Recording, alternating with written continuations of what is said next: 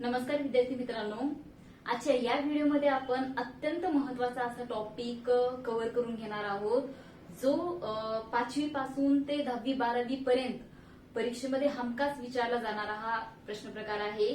तर चला आज आपण क्वेश्चन टॅग किंवा यालाच दुसरं नाव आहे खास करून परीक्षेमध्ये फसवण्यासाठी विचारलं जातं ऍड टेल टॅग म्हणून हा टॉपिक आज आपण शिकणार आहोत। हा टॉपिक खूप महत्त्वाचा आहे, त्याच्यामुळे हा व्हिडिओ तुम्ही काळजीपूर्वक शेवटपर्यंत बघा। आय होप की या व्हिडिओच्या माध्यमातून तुमचे क्वेश्चन टॅगवर आधारित सगळे डाऊट्स क्लिअर होतील। तर चला आपण क्वेश्चन टॅग शिकायला सुरू करूयात। शॉर्ट टेक्निक जर वापरायचं म्हटलं तर डेफिनेटली या ठिकाणी मी क्वेश्चन टॅगचे 4 वेगवेगळे टाइप्स पाडलेले आहेत। ऍक्च्युली टाइप्स म्हणता येणार नाही, पण एक शॉर्ट टेक्निक म्हणून आपण लक्षात ठेवायचं आहे की क्वेश्चन टॅग करत असताना 4 वेगवेगळ्या प्रकारे केलं जातं। सगळ्यात महत्वाचं टेन्स, जर टेन्सची वाक्य जर याच्यापूर्वी माझे टेन्सचे व्हिडिओ अपलोड झालेले आहेत ते बघा, जेणेकरून तुमचे डाऊट्स टेन्स बद्दलची क्लिअर होतील। तर जिथे तुम्हाला टेन्सवर आधारित सगळे वाक्य दिसतात त्या वाक्याचं क्वेश्चन टॅग वेगळ्या पद्धतीने केलं जातं। त्याच्यानंतर इम्परेटिव्ह आहे, इम्परेटिव्ह सेंटेन्सचं क्वेश्चन टॅग वेगळ्या पद्धतीने केलं जातं। त्याच्यानंतर लेट्स न स्टार्ट होणारी जी वाक्य आहेत या वाक्याचं क्वेश्चन टॅग वेगळ्या पद्धतीने केलं जातं। आणि अदर सेंटेन्सेस आहेत ते मी तुम्हाला शिकवताना सांगणारच आहे। तर अशा प्रकारे आपण क्वेश्चन टॅग टोटल या 4 वेगवेगळ्या माध्यमातून शिकणार आहोत। ठीक आहे, इथपर्यंत समजलं असेल तर चला एक शॉर्ट टेक्निकच्या माध्यमातून आधी आपण क्वेश्चन टॅगची स्ट्रक्चर समजून घेऊया की क्वेश्चन टॅग करत असताना तुम्हाला बेसिक आधी कोणकोणत्या गोष्टी कराव्या लागतील। परीक्षेमध्ये तुम्हाला क्वेश्चन टॅग विचारला कसा जातो तर डायरेक्ट एक सेंटेन्स दिलं जातं आणि ब्रॅकेटमध्ये ऍड अ क्वेश्चन टॅग अशी सूचना दिली जाते। तर त्यावेळेस तुम्हाला पहिली स्टेप काय करायची आहे, शॉर्ट ट्रिक्स मी या ठिकाणी सांगत आहे, ती शॉर्ट ट्रिक तुम्ही लक्षात ठेवा की पहिली शॉर्ट टेक्निक आहे की दिलेलं वाक्य तुम्हाला जशाला तसं लिहायचंय। पहिली स्टेप कंपल्सरी फिक्स करून ठेवा की क्वेश्चन टॅग करत असताना तुम्हाला जे वाक्य दिलेलं आहे ते वाक्य जशाला तसं लिहा आणि त्याच्यानंतर तुम्हाला कॉमा द्यायचा आहे। कॉमा दिल्यानंतर बघा दिलेल्या वाक्यातला दुसरा महत्वाचा मुद्दा आहे हेल्पिंग व्हर्ब। हेल्पिंग व्हर्ब तुम्हाला शोधून काढायचा आहे। ठीक आहे, आता हेल्पिंग व्हर्ब्स कोणकोणते आहेत तर ते आपण थोडंसं समजून घेऊयात। ठीक आहे, हेल्पिंग व्हर्ब म्हणजे क्रियापदाला सहाय्य करण्यासाठी वाक्यामध्ये सहाय्यकारी क्रियापद वापरले जातात। तर हे या ठिकाणी महत्वाची 3 आहेत। मी नेहमी स्टोरीच्या स्वरूपामध्ये सांगत असते बघा की महत्वाची 3 आहेत। टू डूचे 3 आहेत, डू डज डीड, त्याच्यानंतर टू बीचे 5 आहेत, am is are was were, आणि त्याच्यानंतर टू हॅवचे 3 आहेत, हॅव हॅज हॅड। आता हेल्पिंग व्हर्ब या ठिकाणी मी शॉर्ट पद्धतीने इंडिकेट करते बघा, तुम्हाला केवढे लक्षात राहतं ते आपण थोडंसं विचार करूयात। हे बघा डू डज डीड, त्याच्यानंतर हॅव हॅज हॅड, हे आपण काय शिकत आहोत, हे आपण हेल्पिंग व्हर्ब शिकत आहोत। इथपर्यंत तुमचं क्लिअर झालं असेल की क्वेश्चन टॅग करत असताना दिलेल्या वाक्य जशाला तसे लिहून त्याच्यानंतर कॉमा द्यायचे आणि त्याच्यानंतर तुम्हाला हेल्पिंग व्हर्ब शोधायचं आहे। तर हेल्पिंग व्हर्ब कोणकोणते आहेत हे जर तुम्हाला वाक्य दिसलं तर ते जशाला तसं बाहेर काढायचे। Do does did, have has had, am is are was were, हे झाले प्रायमरी हेल्पिंग व्हर्ब्स आहेत। त्याच्यानंतर मॉडेल काही आहेत हे देखील तुम्हाला इथे घेणं गरजेचं आहे। शाल, will, can, could, may, might, must, will, would, हे बघा इत्यादी प्रकारचे तुम्हाला या ठिकाणी वाक्य विचारले जातात जे अत्यंत महत्वाचे आहेत। आताच आपण पाहिलेलं आहे की हेल्पिंग व्हर्ब, तर थोडंसं लक्ष द्या। हेल्पिंग व्हर्ब संदर्भात एक महत्वाची सूचना आहे की दिलेल्या वाक्यामध्ये तुम्हाला डू डज डीड हे 3 जर सोडले, महत्वाचं आहे डू डज डीड हे दिसत नसतात, ते क्रियापदामध्ये जाऊन लागतात। तर हे जर सोडले तर have has had, am is are was were, shall, will, can, could, may, might, must, will आणि वुड इथपर्यंतचे सगळे हेल्पिंग व्हर्ब तुम्हाला वाक्यामध्ये ऑलरेडी दिसतात। म्हणून न दिसणारे जे काही डू डज डीड आहेत हे तुम्हाला मात्र काळजीपूर्वक दिलेल्या वाक्यातल्या क्रियापदानुसार ते शोधून घ्यावं लागेल आणि ते तुम्हाला या ठिकाणी घ्यावं लागेल। हे कसं ते वाक्य शिकवत असताना मी तुम्हाला पुढे समजून सांगणार आहे। सध्या तर एवढंच लक्षात राहू द्या की क्वेश्चन टॅग करत असताना दिलेलं वाक्य जशाला तसे लिहा, नंतर कॉमा द्या, त्याच्यानंतर दिलेल्या वाक्यातलं हेल्पिंग वर्ब तुम्हाला घ्यायचं आहे. याच्यानंतरचं थोडंसं महत्वाचं आहे की माझ्या भाषेमध्ये मी या ठिकाणी नॉटचा खेळ म्हणते. ठीक आहे, नॉटचा खेळ म्हणजे दिलेल्या वाक्यामध्ये नॉट जर असेल तर ते घ्यायचं नाही. ठीक आहे, नॉट जर असेल तर घ्यायचं नाही, मात्र नसल्यास तुम्हाला नॉट घ्यावे लागेल. याला काय म्हटलं जातं? नॉटचा खेळ. म्हणजेच आपल्या ग्रॅमॅटिकली भाषेमध्ये होकारार्थी वाक्याचं नकारार्थी करायचं आणि नकारार्थी वाक्याचं होकारार्थी. हे एवढं म्हणलं तर अवघड जाईल. तर सोप्या भाषेमध्ये दिलेल्या वाक्य जर तुम्हाला नॉट दिसत नसेल तर शॉर्ट नॉट, ज्याला कॉन्ट्रॅक्टेड फॉर्म म्हटलं जातं, ते घ्यायचे. आणि मात्र जर असेल ऑलरेडी तर नॉट घ्यायची गरज नाही. फक्त हे हेल्पिंग वर्ब तुम्हाला घ्यायचं आहे. दिलेलं वाक्य जशाला तसं घेतलं, त्याच्यानंतर कॉमा दिला, त्याच्यानंतर हेल्पिंग वर्ब घेतलं आणि नॉटचा खेळ पॉझिटिव्ह निगेटिव्ह हे आपल्याला घ्यायचं आहे. याच्यानंतर महत्वाचं आहे की दिलेल्या वाक्यामध्ये जो सुरुवातीला सब्जेक्ट असतो, वाक्याच्या सुरुवातीचा भाग, हा सब्जेक्ट जो कुणी आहे त्या सब्जेक्टच्या ऐवजी तुम्हाला या ठिकाणी त्याचं काय घ्यायचं आहे? प्रोनाउन घ्यायचं आहे. ठीक आहे, प्रोनाउन त्याच्यामध्येही प्रथम म्हणजे पर्सनल प्रोनाउन तुम्हाला या ठिकाणी घ्यायचं आहे. हे प्रोनाउन फक्त आणि फक्त 8 आहेत, त्याच्यापैकीच योग्य घ्यायचे. ते कोणकोणते बघा? I, we, you, he, she, it आणि दे. ओके, एवढ्या 8 पैकीच योग्य ते तुम्हाला या ठिकाणी प्रोनाउन घ्यायचं आहे. आय जर असेल तर आय घ्या, वी असेल तर वी घ्या, एखादा यू असेल तर यू, एखादा पुरुषवाचक मुलगा किंवा पुरुष असेल तर या ठिकाणी ही घ्यायचे.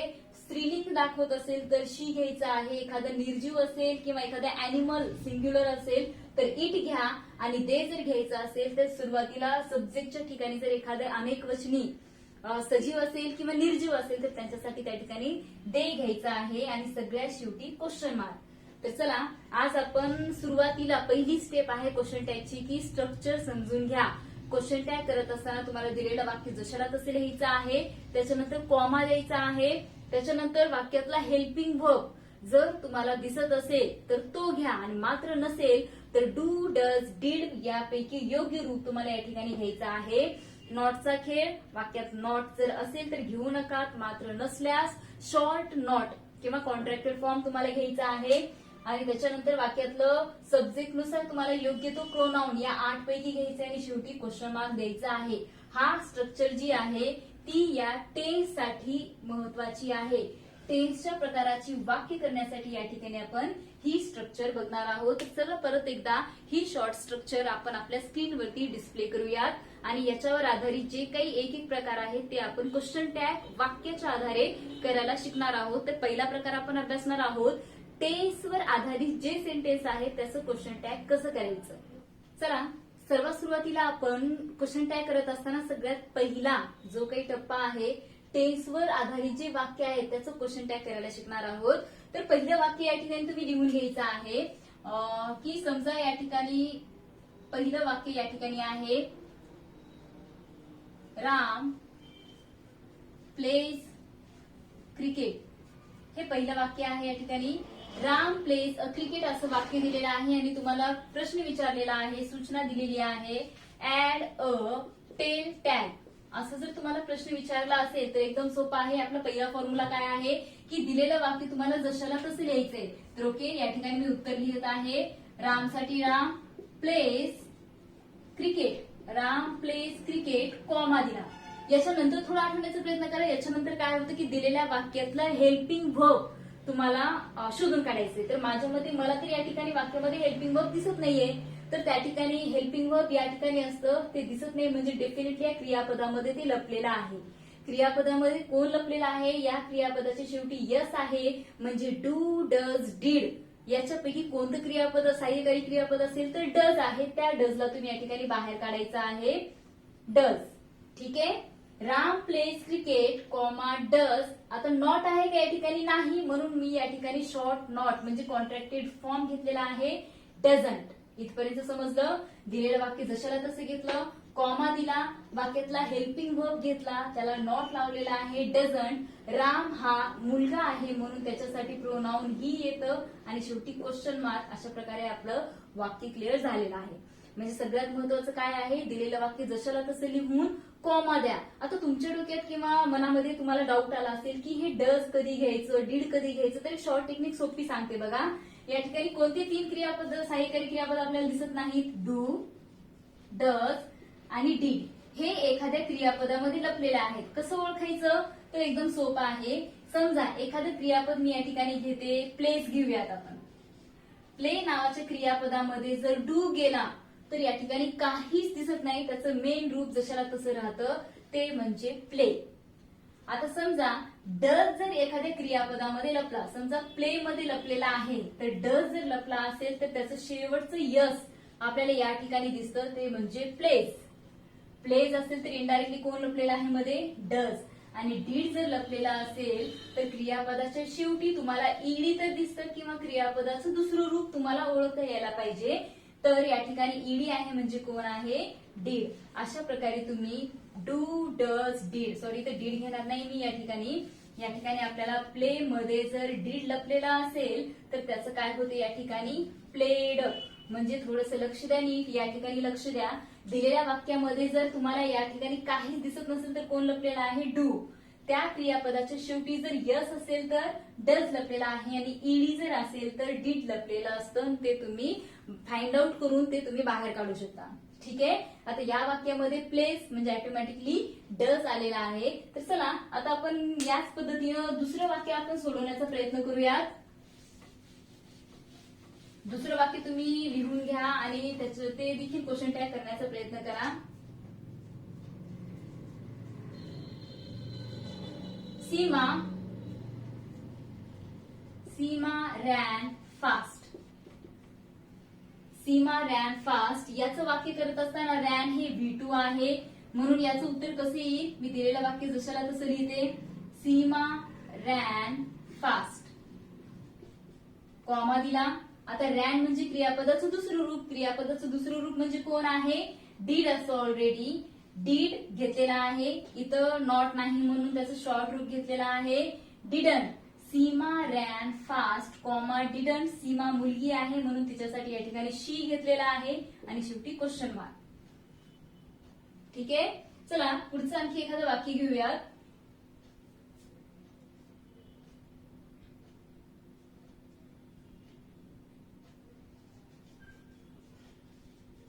एलिफंट. ऍक्च्युली एलिफंट येणार नाही, ॲन एलिफंट घेते मी. An elephant is a big animal. थोडंसं लक्ष द्या. An elephant is a big animal. आता या वाक्याकडे बघा. हे वाक्य मी जशाला तसं लिहिलेलं आहे.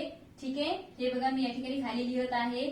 An elephant is a big animal, comma दिला. दिलेल्या वाक्यातलं हेल्पिंग वर्ब दिसत आहे का? हो, एकदम सोपं आहे. मला या ठिकाणी दिसत आहे इज, तर त्या इजला मी बाहेर घेतलेला आहे. या वाक्यामध्ये नॉट आहे का? नाही. तर त्याचं शॉर्ट रूप इझंट हे घेतलेलं आहे.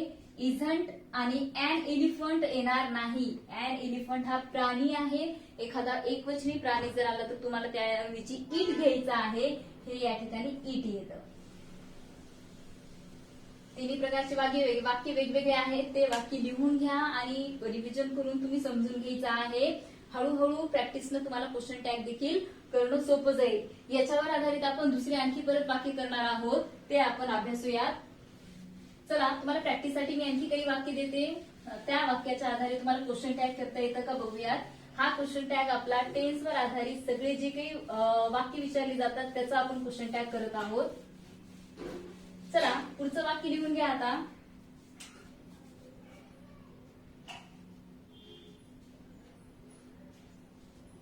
शी was not happy.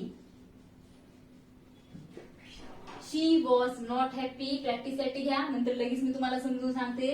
She was not happy.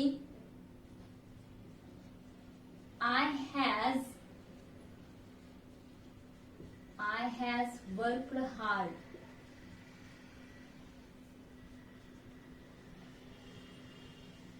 You are not my enemy. Book is my best friend.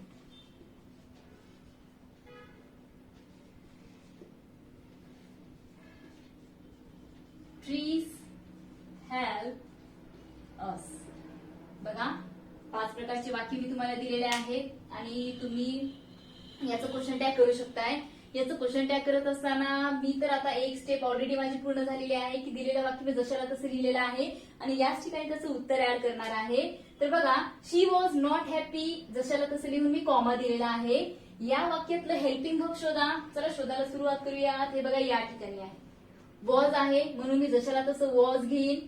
Helping वर्बच्या नंतर आपल्याला नॉटचा खेळ खेळायचा आहे.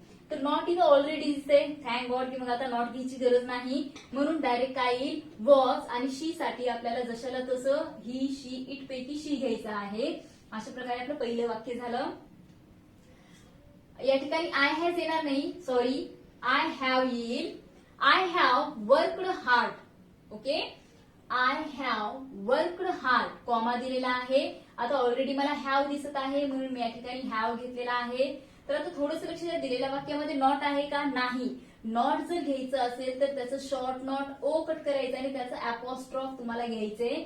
तर हे बघा हॅवंट घेतलेला आहे contracted form. Haven't I question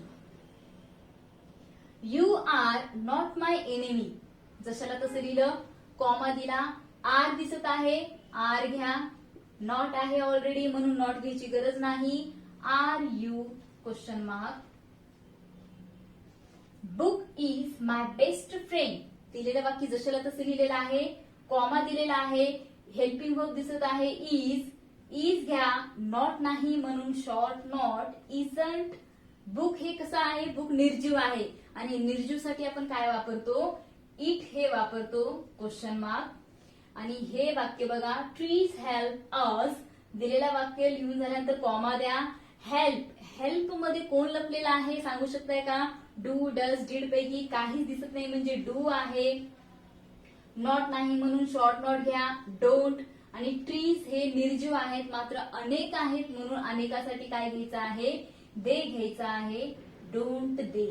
अशा प्रकारे आपण वाक्य बनवू शकतो. परंतु एक गोष्ट लक्षात ठेवा शॉर्ट टेक्निक लक्षात ठेवली तरी याच्यामध्ये परत थोडासा अपवाद आहे. अशी काही आपण अपवादात्मक कॉन्ट्रॅक्टेड फॉर्म जर आपण पाठ केलं तर त्यांचं देखील तुम्हाला क्वेश्चन टॅग करणं एकदम सोपं जाईल. म्हणून त्याच्या पूर्वी आता पुढचे प्रकार आपण एक एक अभ्यासणार आहोत. पण बिफोर दॅट कॉन्ट्रॅक्टेड फॉर्म संक्षिप्त रूप देखील शिकणं गरजेचं आहे. तर चला 5 मिनिटांमध्ये कॉन्ट्रॅक्टेड फॉर्म काय असतात हे आपण शिकून घेऊया. क्वेश्चन टॅग करत असताना कॉन्ट्रॅक्टेड फॉर्म देखील जाणून घेणं गरजेचं आहे. तर चला एका मिनिटामध्ये आपण कॉन्ट्रॅक्टेड फॉर्म म्हणजे संक्षिप्त रूप कसे बनवले जातात हे आपण समजून घेऊयात. तर या ठिकाणी परीक्षेत विचारले जाणारे किंवा क्वेश्चन टॅग करत असताना तुम्हाला जे हेल्पिंग वर्ब्स लागणार आहेत ते एवढेच आहेत. त्याच्या बाहेरचं एक सुद्धा हेल्पिंग वर्ब तुम्हाला विचारलं जाणार नाही. म्हणून हे सगळे हेल्पिंग वर्ब याची कॉन्ट्रॅक्टेड फॉर्म क्वेश्चन टॅग करत असताना महत्वाचे आहे. तर ते कसे बनवायचे थोडंसं लक्ष द्या. नॉट मध्ये ऍक्च्युली एनओटी नॉट ओ असतं तर हे ओ आपण काढून टाकूया. शिल्लक काय राहिलं फक्त एनटी राहिलं. याच्यामध्ये तुम्ही अपॉस्ट्रॉफ द्या आणि ते या ठिकाणी ऍड करायचं आहे. पण 3 असे हेल्पिंग वर्ब आहेत जे कुणाचंच ऐकत नाहीत. ते नियमाच्या बाहेरचे आहेत. ते थोडेसे वेगळे कॉन्ट्रॅक्टेड फॉर्म बनवतात. ते आपण सगळ्यात शेवटी पाठ करूयात. एम नॉट त्याच्यानंतर शाल नॉट आणि विल नॉट हे मी बॉक्समध्ये टाकलेलं आहे. ते आपण सगळ्यात शेवटी घेऊयात. तर चला आपण कॉन्ट्रॅक्टेड फॉर्म करायला शिकणार आहोत. डू नॉट डू घेतलेला आहे आणि त्याला लगेच आपण एन अपॉस्ट्रॉफ टी डोंट घेतलेला आहे. डज नॉट डझंट लिहून घ्यायचं आहे. Did not didn't. Am not सोडून देते मी सगळ्यात शेवटी घेते. Is not isn't. Are not aren't. Was not wasn't. Were not weren't. Shall हे पण सगळ्यात शेवटी घेते. विल नंतर घेऊयात. शुड नॉटचं शुडंट.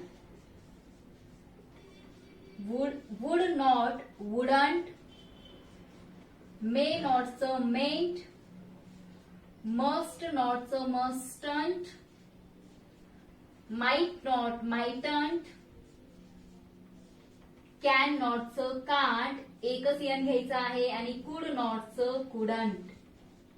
अशा प्रकारे सोप्या पद्धतीने तुम्ही कॉन्ट्रॅक्टेड फॉर्म बनवू शकता. कदाचित 5वी 6वी 7वी 8वीच्या वर्गामध्ये देखील परीक्षेमध्ये पॅसेजमध्ये तुम्हाला कॉन्ट्रॅक्टेड फॉर्म हे दिले जातात आणि हे बनवा म्हणतात, याला कॉन्ट्रॅक्टेड फॉर्म म्हणतात. परीक्षेमध्ये विचारलं जातं मेक कॉन्ट्रॅक्टेड फॉर्म, तर तुम्हाला हे रूप पाठ करायची गरज नाही.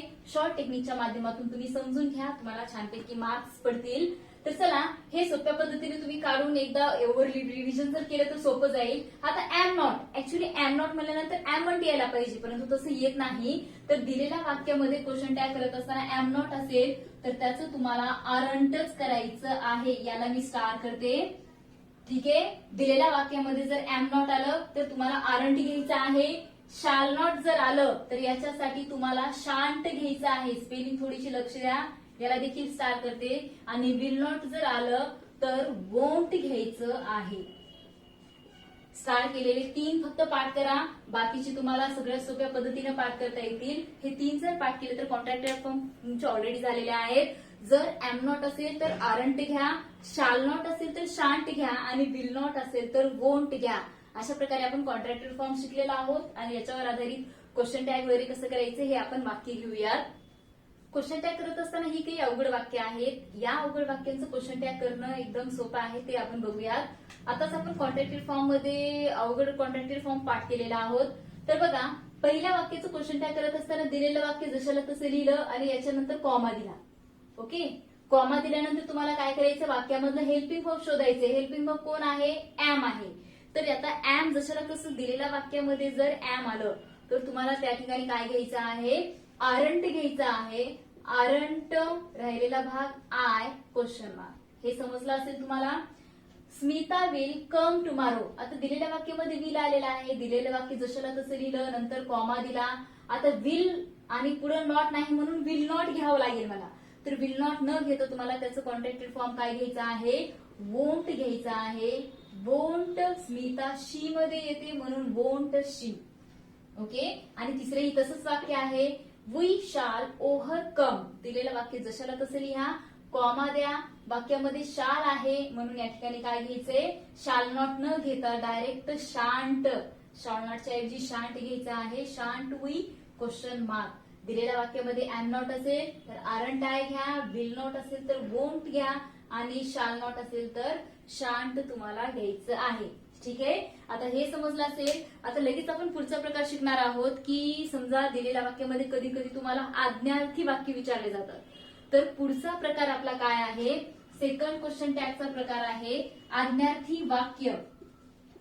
लक्ष द्यायचं इकडं. आज्ञार्थी वाक्य जर आलं, आता आज्ञार्थी 2 प्रकारे आहे, एक तर होकारार्थी असतं आणि दुसरं नकारार्थी असतं. ठीक आहे, आज्ञार्थी वाक्य खास करून होकारार्थी, ज्या वाक्याची सुरुवात क्रियापदाच्या पहिल्या रूपानं होते, आणि नकारार्थी म्हणजे ज्या वाक्याची सुरुवात डोंट ने होते. जसं आता मम्मी तुम्हाला 2 प्रकारचे वाक्य म्हणते, कम इन होकारार्थी झालं, जर म्हणत डोंट कम इन तर नकारार्थी. त्याच्यानंतर कट द ट्रीज होकारार्थी, डोंट कट द ट्रीज नकारार्थी. त्याचप्रमाणे बघा, stand up, sit down, get out, त्याच्यानंतर write the notes, complete your assignment, हे सगळे होकारार्थी झाले. तर don't make noise, don't sleep, don't on the TV, त्याच्यानंतर don't work hard and don't write a letter. अशा प्रकारचे वाक्य नकारार्थी झाले. तर शॉर्ट टेक्निकच्या स्वरूपात सांगते की क्वेश्चन टॅग करत असताना जर अशा प्रकारचे वाक्य विचारले गेले आणि खास करून ते आज्ञार्थी असतील, होकारार्थी असले तरी चालतील, नकारार्थी असले तरी चालतील, तर काय करायचं तुम्हाला, अशा वेळेस दिलेलं वाक्य जशाला तसं लिहून कंपल्सरी तुम्हाला त्या ठिकाणी काय घ्यायचं आहे, विल यूज घ्यायचं आहे. ठीक आहे, म्हणजे आज्ञार्थी वाक्य जर तुम्हाला करायचं असेल तर आज्ञार्थी वाक्य जशाला तसं लिहायचं, कॉमा द्यायचा आणि त्याच्यानंतर तुम्हाला काय घ्यायचं आहे, विल यू घ्यायचा आहे. तर चला याच्यावर आधारित आपण वाक्य कव्हर करून घेऊयात. तर तुम्ही टायटल टाकू शकता, डायरेक्ट ऍड अ क्वेश्चन टॅगच विचारलं जातं, परंतु वाक्य कोणतं आहे हे ओळखून तुम्हाला त्या ठिकाणी प्रोसेस करायची आहे. तर बघा, पहिलं वाक्य या ठिकाणी मी दिलंय आता, please help me. Please help me. Don't work hard. Shut the door. Okay, हे सगळे कसे आहेत रे वाक्य? हे सगळे वाक्य आज्ञार्थी आहेत. मग ते पॉझिटिव्ह असो किंवा निगेटिव्ह असो, कोणते असे ना, पण आपलं अट काय म्हणते? आज्ञार्थी असेल तर जशाला तसं लिहायचंय. आता हे वाक्य मी जशाला तसं लिहिलं आहे, डायरेक्ट तुम्हाला काय घ्यायचं आहे? Will you. हे देखील आज्ञार्थी आहे म्हणून या ठिकाणी काय येईल? Will you. आणि हे देखील आज्ञार्थी आहे म्हणून कॉमा देऊन विल यू घ्यायचा आहे. म्हणजे क्वेश्चन टॅग करत असताना दुसऱ्या प्रकारचं कसलंच टेन्शन नाही. जर दिलेल्या वाक्यात जर आज्ञा असेल आणि रिक्वेस्ट असेल, त्याच्यानंतर असे वाक्य शोधायचं आणि डायरेक्ट तुम्हाला काय करायचंय? कॉमा देऊन पुढे विल यू घ्यायचं आहे. ठीक आहे, दुसरा प्रकार तुम्हाला समजला. आता आज्ञार्थीचा तिसरा टप्पा कोणता आहे बघा? ज्या वाक्याची सुरुवात, पुढचा प्रकार थोडंसं लक्षात येऊ द्या या ठिकाणी. ज्या वाक्याची सुरुवात लेट्सने होते अशा प्रकारचे वाक्य करत असताना दिलेलं वाक्य जशाला तसं लिहा, कॉमा द्या आणि त्याच्या पुढे कंपल्सरी तुम्हाला शाल वीच घ्यायचं आहे. म्हणून हे तुम्ही पाठ करून टाका. ठीक आहे, आतापर्यंत आपण टेन्सचे सगळे बघितलेले आहेत. त्याच्यानंतर आज्ञार्थी वाक्य आलं, होकारार्थी असलं तरी चालेल, नकारार्थी असलं तरी चालेल, त्या ठिकाणी तुम्हाला विल यू घ्यायचा आहे. आणि आता मात्र जर लेट्स न सुरुवात असेल तर तुम्हाला शाल वी घ्यायचा आहे. तर हा देखील एकदम सोपा आहे बघा. Let's learn online. चला ऑनलाईन शिकायला करूयात. Let's fight against corona. Let's stop pollution. हे बघा, हे तिन्ही प्रकारचे वाक्य लेट्सने सुरुवात झालेली आहेत म्हणून प्रत्येक वाक्य जशाला तसे लिहून तुम्हाला कॉमा द्यायचा आहे. आणि सगळ्याच्या समोर काय येईल? मग फक्त आणि फक्त शाल वी. ठीक आहे, समजलं तुम्हाला? आता आज्ञार्थी असेल तर विल यू घ्या आणि लेट्स न सुरुवात होत असेल तर शाल वी घ्यायचा आहे. क्वेश्चन टॅगचा आपल्याला पुढचा नियम आता समजून घ्यायचा आहे. थोडासा अवघड आहे म्हणून काळजीपूर्वक लक्ष द्या. आता क्वेश्चन टॅग करत असताना जर वाक्याची सुरुवात एव्हरीवन किंवा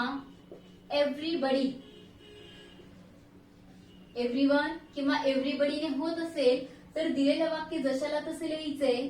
ओके, त्याच्यानंतर कॉमा द्यायचा आहे आणि यांच्या ऐवजी बघा, नीट लक्ष द्या, एव्हरीवन एव्हरीबडी वाक्याच्या शेवटी न घेता तुम्हाला त्यांच्या ऐवजी कंपल्सरी दे घ्यायचा आहे. आणि त्या दे नुसार तुम्हाला या ठिकाणी अनेक वचनी हेल्पिंग वर्ब घ्यायचा आहे. अत्यंत महत्वाचा नियम आहे, थोडंसं लक्ष द्या. क्वेश्चन टॅग करत असताना दिलेल्या वाक्याची सुरुवात जर एव्हरीवन एव्हरीबडीने होत असेल तर दिलेल्या वाक्य जशाला तसं लिहून तुम्हाला कॉमा द्यायचा आहे. त्याच्यानंतर कॉमा देऊन थोडीशी जागा रिकामी सोडा, तुम्हाला कन्फ्युजन होणार नाही. जागा रिकामी सोडून तुम्हाला एव्हरीवन एव्हरीबडीच्या ऐवजी दे घ्या. दे हे अनेक वचने असल्यामुळं त्याच्याशी रिलेटेड हेल्पिंग वर्ब आपल्याला अनेक वचनी घ्यायचं आहे. आता एक्झाम्पल आपण बघूयात. Everyone is clever in the class. क्लासमध्ये प्रत्येक जण हुशार आहे. आता इज कसे हेल्पिंग वर्ब आहे. ठीक आहे, आता या वाक्याचं क्वेश्चन टॅग करत असताना दिलेलं वाक्य मी जशाला तसे घेईन, कॉमा देईन. त्याच्यानंतर वाक्यामध्ये हेल्पिंग वर्ब कोण आहे? इज आहे. तर आता आपल्याला ही जागा रिकामी सोडायची आहे आणि एव्हरीवनच्या ऐवजी काय घ्यायचं आहे? दे घ्यायचं आहे, क्वेश्चन मार्क द्यायचे. ठीक आहे, आता इज काय आहे? एक वचनी आहे. तर दे अनेक वचने असल्यामुळं त्या दे नुसार आपल्याला या इजचं अनेक वचन करावं लागेल. काय येईल? आर. हे समजलं का? ओके, आपला नियम काय म्हणतो की दे नुसार आपल्याला अनेक वचनी करायचंय म्हणून हे इज इथं इज न घेता त्याचं अनेक वचनी आपण आर केलो, नॉट नाही, म्हणून आरंट दे हे आपलं उत्तर आलं. परत एकदा रिव्हिजन करा. एव्हरीवन एव्हरीबडी च्या वाक्याचं क्वेश्चन टॅग करत असताना दिलेलं वाक्य जशाला तसं लिहा, कॉमा द्या. त्याच्यानंतर एव्हरीवन एव्हरीबडीच्या ऐवजी दे घ्या आणि त्याच्यानंतर हे अनेक वचनी हेल्पिंग वर्ब घेऊन तुम्ही नॉटचा खेळ खेळायचा आहे. आणखी एक उदाहरण देईन तुम्हाला प्रॅक्टिससाठी. बघा,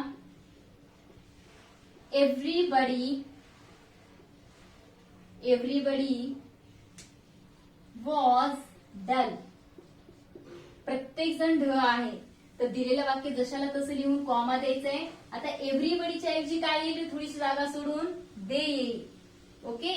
आता वॉज हे एक वचनी आहे, परंतु दे नुसार आपल्याला अनेक वचनी क्रियापद घ्यायचे. ते म्हणजे कोण आहे, वेअर. इथं नॉट आहे का, नाही. वेरंट दे हे उत्तर या ठिकाणी येईल. ठीक आहे.